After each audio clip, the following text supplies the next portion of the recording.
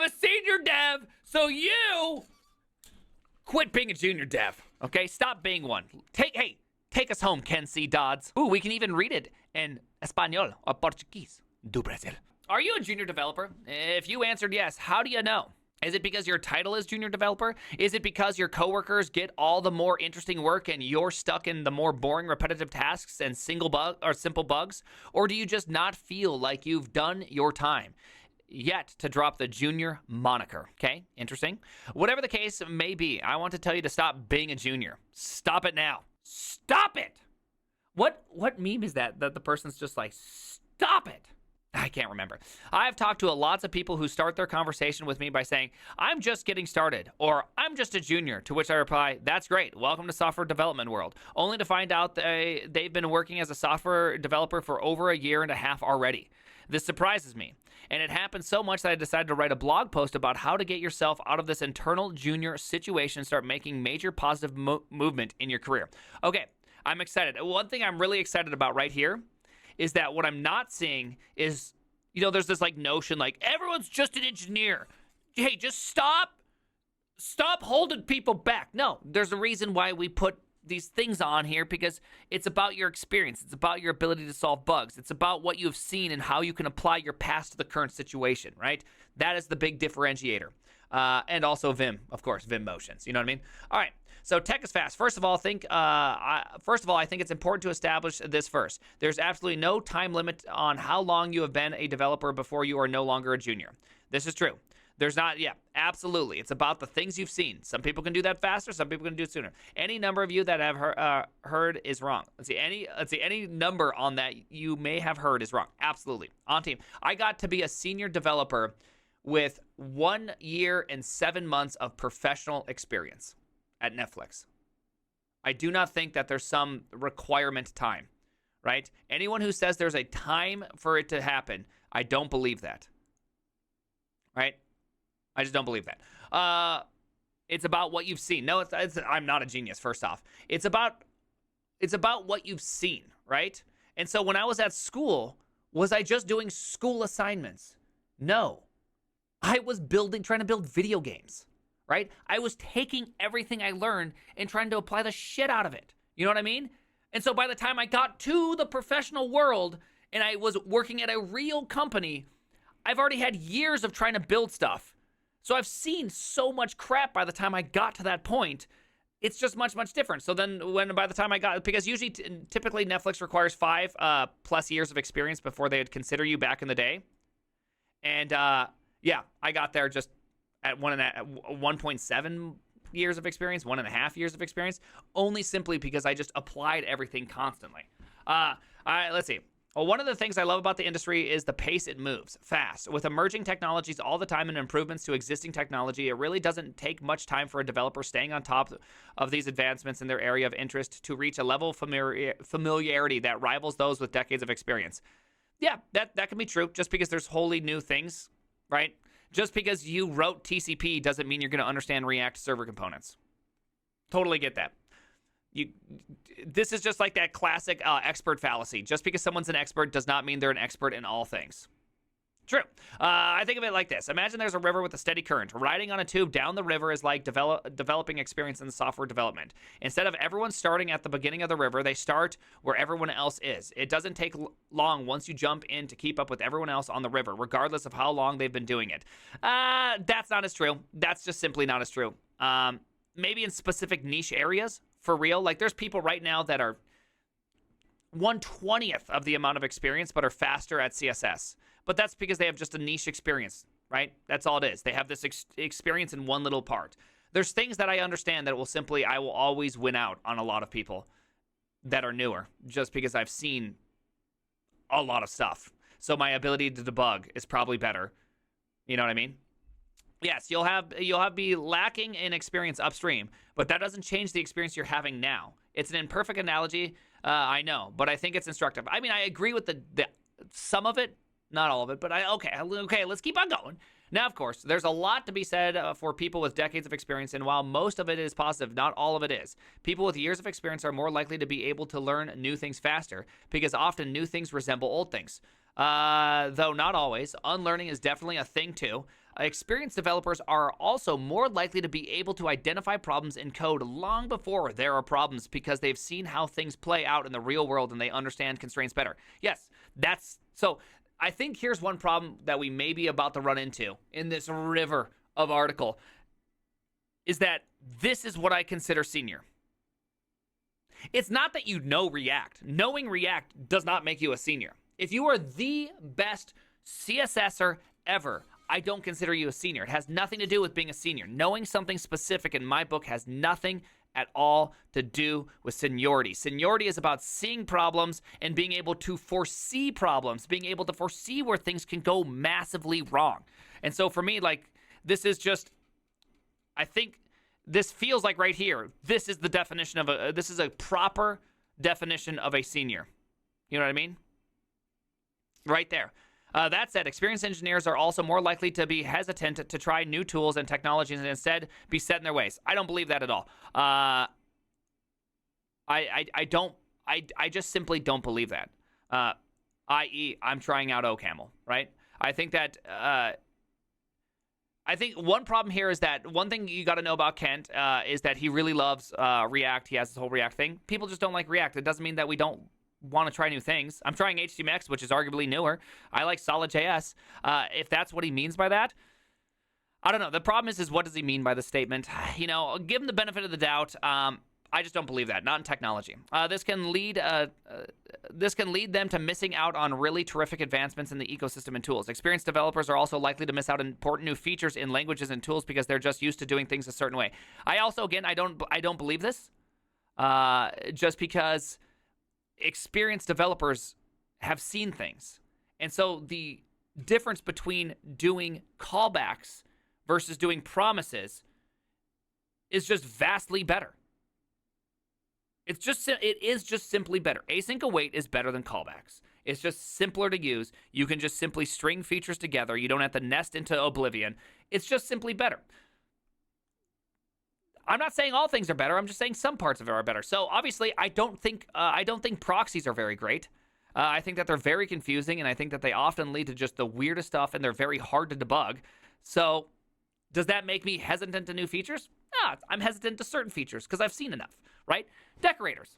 I don't like decorators. Decorators, I found a use case for decorators, and I really liked it, but this idea of these named higher order functions that you can throw on any class, just super hard to debug, right? And the more you get, the harder they are. It's kind of like middleware. Middleware is always just a little bit tricky to debug, right? You know what I mean? It's just always a little tricky. Anyways, my point is that because of the pace in which software developer industry moves so fast, staying on top of a few chosen technologies will allow anyone to become an expert in them rather quickly. Again, I agree with this. But being an expert in a specific technology and being a junior, I think, are two orthogonal concepts. And if that person can temper their enthusiasm with realistic understanding of the impact of their lack of experience just a bit, they can make enormously powerful impact to the company, if they're allowed to. Okay, good. I think this is where we probably are orthogonal to each other, is that I think Kent goes with expertism as a measurement for non-juniorisms, whereas I go for experience as a measure of non-junior. Could be just different, and that's fine. I went to college and had an internship while I was in school. This gave me awesome exposure to the field before I was officially looking for a full-time job. So by the time I graduated, I had already been working as a part-time software developer for a year and a half when I graduated from BYU. Is BYU Brigham Young? And joined as a full-time engineer. I had trouble shaking off the junior moniker, even though all my experience up to that point had been part-time work while I was still in school. I felt like I knew my team's area of the code base as well as anyone else, and it didn't feel right to me that I still got lower priority tasks. Yeah. I saw some really big architectural level tasks going to the more experienced engineers, and I wanted a piece of that. However, since I converted from a student to full-time employee, and everyone knew me as the student, I always felt like people saw me as the intern. Yeah, this is just perception's 9/10 of the law. I've said this quite a few times. The best way to shake this is you just have to jump companies, right? You have to go and get that title somewhere else. I found it's very hard to title change in your own company because of perceptions. When people know you as a junior, it's very hard to shake that. There's ways you can shake it. One thing that I have done is that I would build things for the company in my free time, and build things that they really needed and show that I can foresee problems and build things that I really want them to do. You know, like being able to look into the future and say you're going to need this. It's a great skill. It's a skill that seniors have, right? It sounds elitist. It's not elitist. I mean, it's just reality, right? The thing is this is just like unfortunate human things. It's very hard for you to break how you think or look at somebody. If somebody has had part-time experience, even though they're great, and they've had it for a little bit, hiring them as a non-junior, is that right? I don't know. And if you know them as a student, is that right? I don't know. Again, this just sucks. That's why I suggest jumping companies to go find something else, right? You can jump into a software role much easier. It's a human relationship, yeah. Is it good? It's not necessarily good. It's not necessarily bad, though. That's the hard part, is you can't say it either way. Specific situations, maybe. Kent is obviously a very talented engineer. Was he a junior? Probably. Probably not. Probably not a junior because he's always been a talented engineer. Was he deserving of this? Probably not. Can I say this for all situations and all time? Probably not. All right. Maybe I could have been a little more assertive about my goals and hopes, but I just decided that the only way for me to get the responsibility was go to a new company. Boom. There you go. Where people had never seen me as the intern and would instead see me as a regular coworker. Absolutely. So that's what I did. Just 4 months after converting to full-time, I was recruited away to my next company where I was given a massive pay bump, over 50% increase, and 20% of my time was devoted to architecture. It was phenomenal. Nobody ever saw me as a junior again. In fact, I was just a step below architect. I don't really view architect as like some higher level. I think that every senior engineer should be an architect. We should stop having these roles in which some people put together higher bits of software and some people do the lower things. I think everyone should play an active role that's not in the junior category. In a $250 million organization, only 4 months after graduating from university. Yep, let's go. After that, played out extremely well for them. I joined the company. They were wanting to do major migration from their front-end tooling. I was instrumental in designing and migrating in the migration path, and it was a smashing success. Boom. Look at that. Read his whole story right there. There we go. So how to stop being a junior. Instead of thinking about how to stop being one, think about how to start being something else. This is good. This is good advice in general. If you focus on not hitting a tree playing golf, you're going to hit a tree, right? It's just a fact of life. What you focus on tends to be what you get. Sometimes. Well, actually, that's okay. So that's kind of counterintuitive now that I think about it. Now I'm going to argue myself out the other way. C.S. Lewis would say, if you focus on comfort, you won't get comfort. You'll get despair, right? So it just depends on what you're focusing on, I guess, maybe. What do senior developers do in your company? Do that instead of the things junior developers do. That's it. It's true. This is actually pretty good. It's true. Stop like settling. This is great. Stop settling. If you see people designing software at higher levels, building stuff, go build those, right? Go do that yourself. And even if you can't do it for the company, get the experience doing it so that when the next company comes by, you can just show them that you can do it. You know what I mean? Naturally, the company likely trusts the seniors with more than they trust you, and you don't always want to overstep. That's right, but volunteer to participate in even more complicated tasks. You know, it's a really great way. You don't just have to volunteer. Talk to people. You know what I mean? Go to the person that's doing it. Start asking them questions. Because here's the deal. When you do that, and you start having really engaging talks about it, the perception of who you are and what you can do changes in their minds because you are shaping what they're doing and they're shaping what you're doing. Participation that's how I've changed teams at Netflix.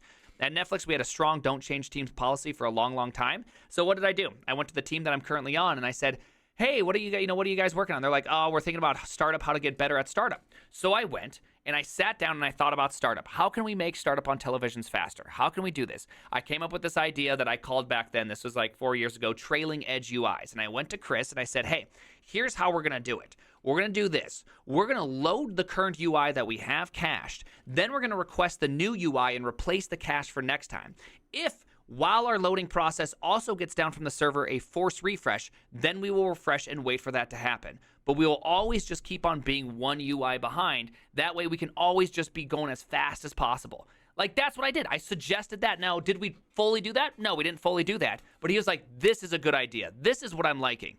Okay, let's talk about this more. So then we started going very, very far into it. And it's simple to get yourself into good positions because I am thinking about their problems and then I can talk about their problems.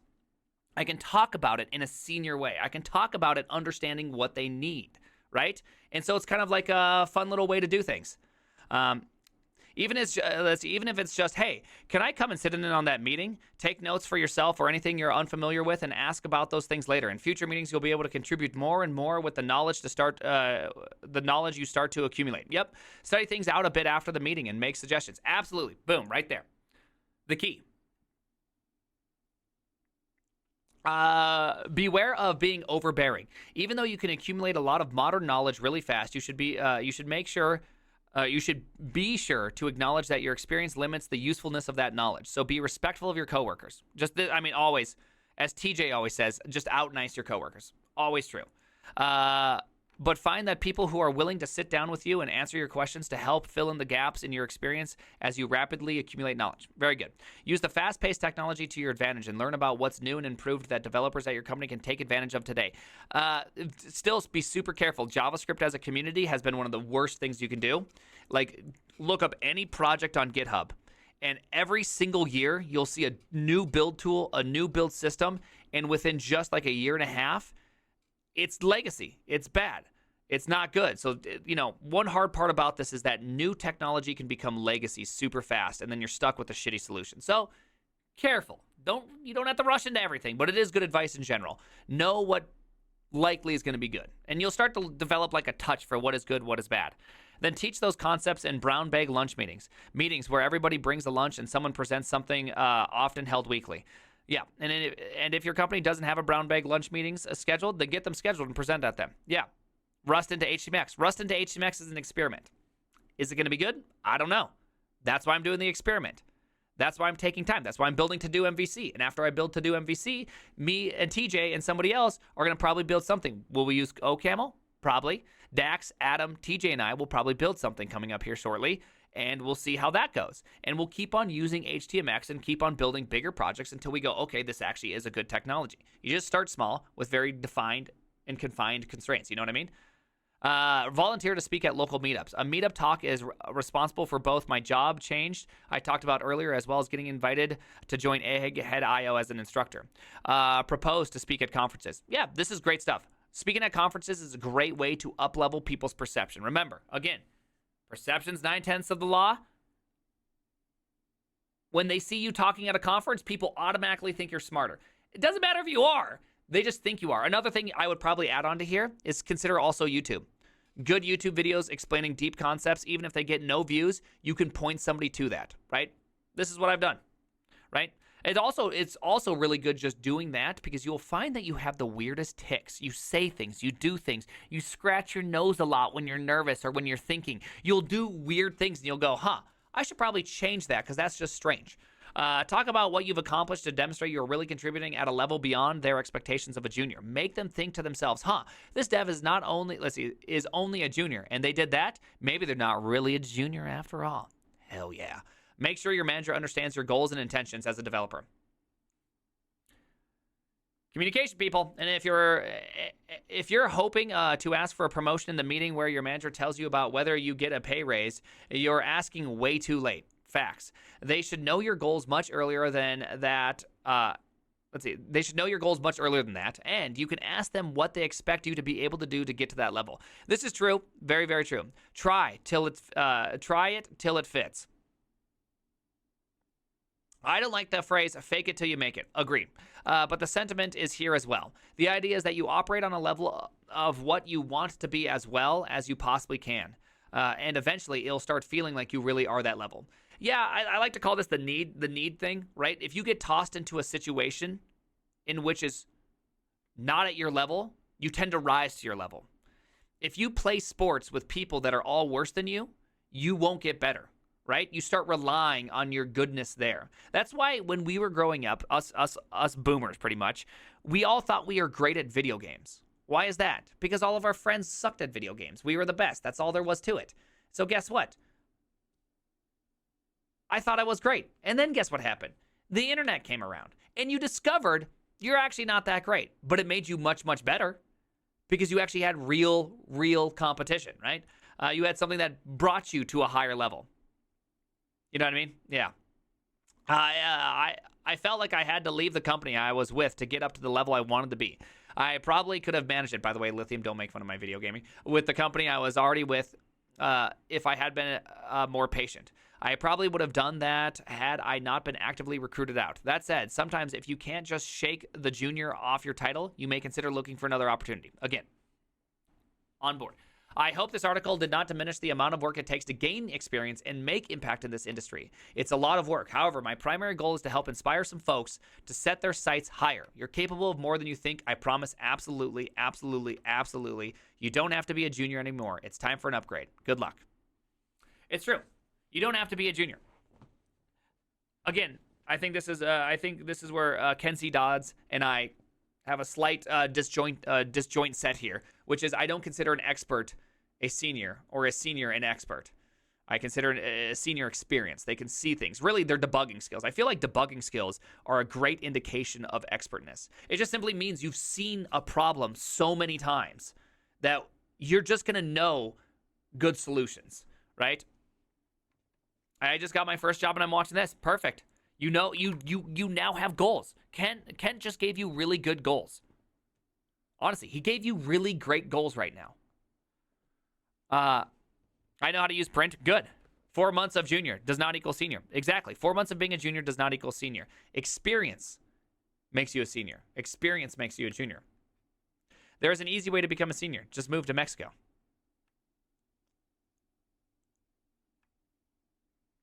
Okay, joke. I don't know. Fine. The name is the junior gen. Wait, no, I'm not a junior. I ain't no junior. I'm a senor gen. The name is the senor gen.